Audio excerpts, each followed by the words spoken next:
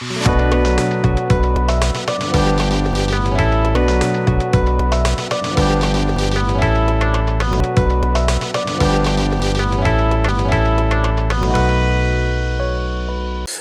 दोस्तों, आज फिर लेकर आया हूं एक मोटिवेशनल से भरी हुई बहुत ही रोचक कहानी। अनीता जी के हौसलों के उड़ान की कहानी, असंभव कुछ भी नहीं की सीरीज में ये मेरी चौथी कहानी है। अनीता जी के हौसलों की कहानी है।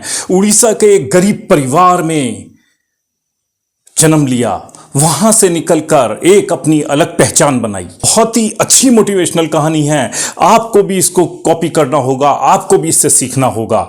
अनीता जी उड़ीसा की रहने वाली थीं, शादी दिल्ली में हुई, बहुत गरीब परिवार में पैदा हुई थी अनीता जी, जहां कहा जाता था कि इसको क्या पढ़ा के करना है, ये तो खाना बनाएगी और चौका बर्तन करेगी।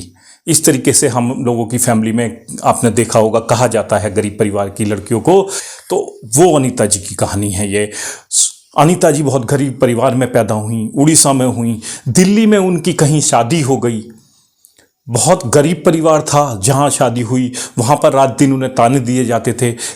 भरपेट खाना भी मुश्किल से नसीब होता था। पति ने कोशिश करके एक ढाबा खोला, लेकिन ढाबा कुछ दिन चला और ठोकर लगी। फिर एक कठिनाई आई और ढाबा बंद हो गया। कोई कारण रहा जिसके कारण वो ढाबा बंद करना पड़ा। फिर कोशिश की पूरे परिवार ने। अनीता जी ने कोशिश की कि कुछ करते हैं। एक कपड़े की दुकान खोली गई। कपड़े की दुकान खोली तो इधर उधर से जो पैसा लिया था कर्जा हो गया, दुकान नहीं चली, वो बंद करनी पड़ी। बच्चों की फीस के पैसे नहीं थे उनके पास। आंखों में उनके आंसू भर आते थे। हम लोगों का हृदय विदारक कहानी होती है जब बच्चा क्लास के बाहर खड़ा होता है। रोज 6-6 महीने तक टीचर कहते थे, स्कूल से रिमाइंडर आते थे, लेकिन फीस देने के पैसे नहीं थे। लेकिन परिवार वो दकियानूसी विचारों में फंसा हुआ था कि ये लेडी क्या बाहर नहीं जाएगी, हमारे घर की औरतें बाहर नहीं जाती हैं, वो काम नहीं करती हैं। परिवार को नहीं देखना होता, बच्चों की फीस पैसों से ही दी जाती है। और पैसे जब तक आपकी जेब में नहीं हैं, जब तक आप अपने परिवार को नहीं कोस सकते, आपको हिम्मत करनी होती है, आपको पुराने विचारों को त्यागना होता है। लड़कियों को सिर्फ खाना बनाना सिखाया जाता है, चूल्हा चौका सिखाया जाता है। ये सब बातें पुरानी हो गई हैं बहनों, अब वो समय नहीं रहा।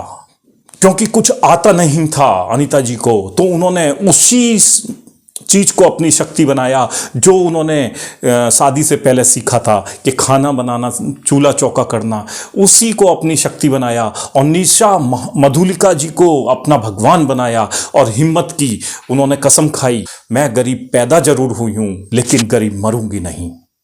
ये कसम खाई। क्योंकि दोस्तों, सपने उम्र के मोहताज नहीं होते। सपने हर उम्र में देखे जाते हैं। सपने गरीबी में देखे जाते हैं, सपने अमीरी में देखे जाते हैं, लेकिन पूरे वो जब होते हैं जब आप हौसला करते हो। बस लड़ने का हुनर और सपने पूरे करने का जुनून होना चाहिए, तभी सपने पूरे होते हैं। अपने जीवन के कुम्हार आप खुद होते हो। हमें कोई बना या मिटा नहीं सकता, हमें खुद अपने को बनाना होता है। जिस तरीके से अनीता जी ने अपने को बनाया, सोचा निशा मधुलिका अगर इतना वहां तक पहुंच सकती हैं कि लाखों रुपए महीना कमा सकती हैं एक किचन से शुरुआत करके, तो मैं भी अपनी एक देसी रसोई से, गांव की रसोई से शुरू करूंगी और मैं भी वहां तक पहुंचूंगी। दुनियादारी के विचारों को उन्होंने एक साइड रखा, दकियानूसी विचारों को अपने से अलग किया और फैसला किया कि अब मैं कुछ करूंगी। और उन्होंने उसी किचन से अपनी किस्मत लिख डाली। दोस्तों, नाकामयाब लोग दुनिया के डर से अपने फैसले बदल देते हैं और कामयाब लोग अपने फैसलों से दुनिया बदल देते हैं। गांव की ही किचन से शुरू किया, दिल्ली से गांव शिफ्ट हो गए, गांव में एक छोटी सी किचन बनाई, जिस तरीके की आप वीडियो में देख रहे हैं, एक देसी किचन जैसे हमारे गांवों में होती है, उसी से अपनी किस्मत लिख डाली। और धीमे धीमे करके 250 से ज़्यादा वीडियो डाल दी। लेकिन एक दिन किस्मत पलटी, निराश नहीं हुई। टूटा फूटा मोबाइल था शुरुआत करते टाइम, बच्चों ने उन्हें उसी से वीडियो बना के यूट्यूब पे अपलोड करनी शुरू की। उनकी रेसिपी धीमे धीमे फेमस होती गई। एक दिन कटहल की सब्जी की वीडियो उनकी वायरल हो गई और उसके बाद उनकी किस्मत चल निकली और 3 मिलियन से ज़्यादा उनके सब्सक्राइबर हो गए। 250 वीडियो उन्होंने डाली, लेकिन कोई उसमें उनको ख्याति नहीं मिली, उसमें कोई सफलता नहीं मिली, लेकिन जब मिली तो एकदम एक वीडियो वायरल हुई और सारी वीडियो वायरल होती चली गई। 3 मिलियन से ज़्यादा उसमें सब्सक्राइबर हो गए। लेकिन एक दिन फिर एक धक्का लगा, फिर किस्मत को मंजूर नहीं था, कुछ टेक्निकल फॉल्ट आया जिसकी वजह से उनके चैनल को ब्लॉक कर दिया गया।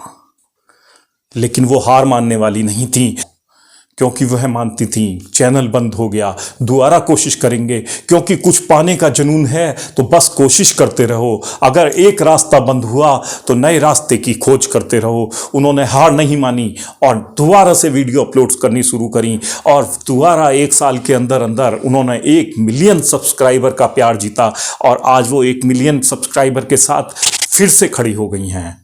हार नहीं माननी होती दोस्तों, अपने परिवार का भरण पोषण करना होता है। हम लोगों की महिलाओं के पास इतने बहाने होते हैं, वो अपने समय को किटी पार्टी में मौज मस्ती में किल करती हैं, खेलने में किल करती हैं और टाइम पास करने में किल करती हैं। व्हाट्सएप पे लगे रहेंगे, फेसबुक पे लगे रहेंगे, उसमें टाइम किल करती हैं। हमें सिर्फ ये डिसाइड करना होता है, ये यूटिलिटी की चीज़ है, ये किस्मत बदल सकती है। हमें उस भीड़ में रहना है जो टाइम पास करते हैं इसको देख देख के, या हमें इससे अपनी किस्मत लिखनी है। अगर किस्मत लिखनी होती है तो हमें अलग सोचना होता है और भीड़ का हिस्सा नहीं बनना होता। लेकिन हम लोगों के पास बहाने इतने होते हैं कि दुनिया हमें करने नहीं देगी, हमें बच्चे पालने हैं, लेकिन पारिवारिक स्थिति गरीबी में पलती रहती है, पैसों की तंगी होती है, लेकिन फिर भी नहीं सोचते। परिवार को एक साथ चलना होता है, तभी हम किस्मत लिख पाते हैं। और उसी समय को यूज़ करना होता है जिस समय को यूज़ करके निशा मधुलिका बनी है, जिस समय को यूज़ करके अनीता जी बनी हैं। आपको हार नहीं माननी होती, क्योंकि दुनिया आपको रोकेगी, दुनिया आपकी टांग खींचेगी, परंतु आप हार मत मानिएगा। आपकी जीत तभी संभव है जब आप हौसला करेंगे और निरंतर कोशिश करते रहेंगे। आज अनीता जी की फोटो देखिए, 1 मिलियन दोबारा से खड़े हो गए।